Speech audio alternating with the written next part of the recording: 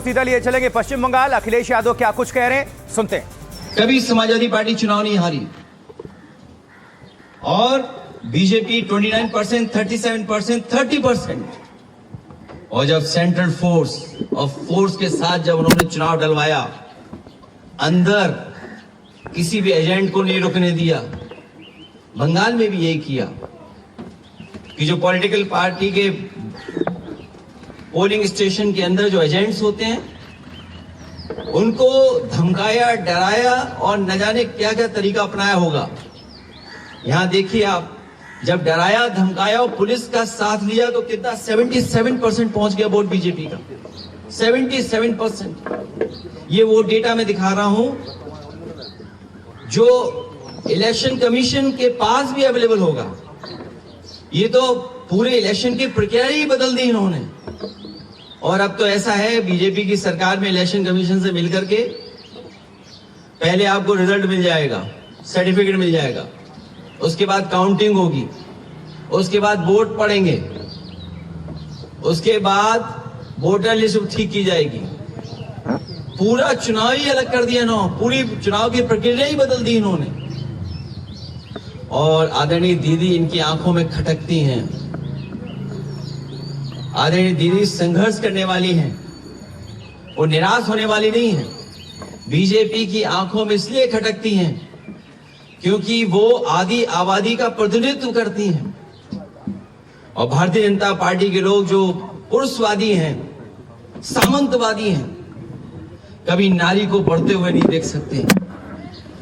इन्होंने नारी को मुख्यमंत्री नहीं बनने दिया। राजस्थान में जो पहले मुख्यमंत्री की दावेदार थी, मुख्यमंत्री रही और देश में केवल एक मुख्यमंत्री आधी अधूरी बनाई जिनके पास कोई पावर नहीं है।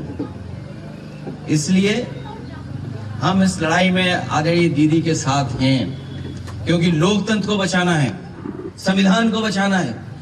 अगर हमारे वोट के अधिकार को ही छीन लेंगे तो फिर क्या लोकतंत्र बचा?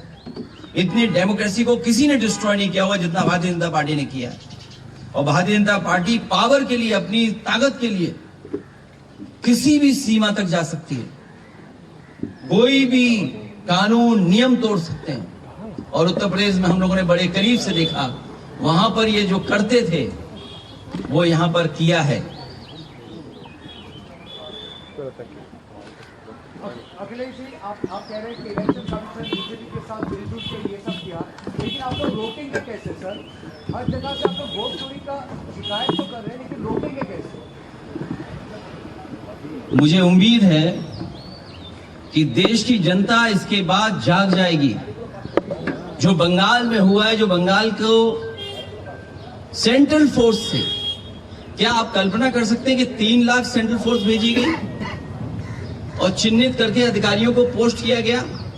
सुनने में तो यह भी आया कि अधिकारियों को लालच दिया गया है कि चुनाव जिता दो तो हम आपको अच्छा पद देंगे। और आप यकीन करना, देख लेना, आप जो यहां से चुनाव करा करके जा रहे हैं अधिकारी बड़े, कुछ न कुछ लाभ का पद पाएंगे। हम लोगों को उम्मीद है कि हम लोगों को जनता के बीच में जाकर के जगाना पड़ेगा उनको। सर, बीजेपी का कहना है ममता बनर्जी के बाद आप है टारगेट। उत्तर प्रदेश में नेक्स्ट ईयर इलेक्शन है, उनका कहना है कि आप है टारगेट। हमसे 2 गलतियां हुई, एक बीजेपी को हरा दिया और दूसरा अयोध्या हरा दिया। तो हम तो टारगेट में होंगे ही, ये कोई नई बात नहीं है। और हम तो बहुत टारगेट में, एक के टारगेट में नहीं है। अखिलेश जी, इसके साथ में यहाँ पर जो है बीजेपी की तरफ से कहा जा रहा है, चुनाव आयोग की तरफ से कहा जा रहा है कि ये यहाँ निष्पक्ष तरीके से चुनाव हुआ, हिंसा मुक्त चुनाव हुआ, इस वजह से इस तरह के नतीजे हैं। भारतीय जनता पार्टी सोम पपड़ी की तरह झूठ की लेयर है। सोम पपड़ी खाई कभी? एक लेयर के ऊपर दूसरी लेयर झूठ की चढ़ा देते हैं लोग। और आपको तो मैं ये कहता हूं ना, सब वीडियोस आर्काइव में पड़े हुए हैं। रामपुर का इलेक्शन देख लो, किसी वोटर को नहीं निकलने दिया। और ये जो डेटा मैं आपको दिखा रहा हूं, ये रामपुर की कॉन्स्टिट्यूंसी का दिखा रहा हूं मैं, कुंदर की कॉन्स्टिट्यूंसी का दिखा रहा हूं मैं। ये तो डेटा आप देख सकते हो। इलेक्शन कमीशन अंधा है क्या? और ये महिलाओं की तस्वीर क्या आप भूल गए कि आपके अपने चैनल पे भी चली थी तस्वीरें? ये तस्वीरें आप भूल गए क्या? ये तो आपके चैनल पे भी तस्वीरें चली थी, वीडियो चले थे ये। इन महिलाओं ने, जिन्होंने कोई परवाह नहीं की, मैंने इन महिलाओं को 2-2 लाख रुपए से सम्मान किया था कि उन्होंने कम से कम अपने वोट के अधिकार के लिए लड़ी। उन्हें परवाह नहीं थी गोली की, उन्हें रिवॉल्वर की। आप पता करिए ये क्या हालत थी उस समय। केवल ये तस्वीर नहीं, ये तस्वीर भी आप भूले नहीं होंगे। हालांकि सीसीटीवी से बहुत घबराते हैं बीजेपी के लोग, सीसीटीवी से, कैमरे से बहुत घबराते हैं। अगर यही इलेक्शन कमीशन निष्पक्ष है तो कुदरकी में जो वोट डाला है उसकी सीसीटीवी वीडियो जनता को दिखा दो।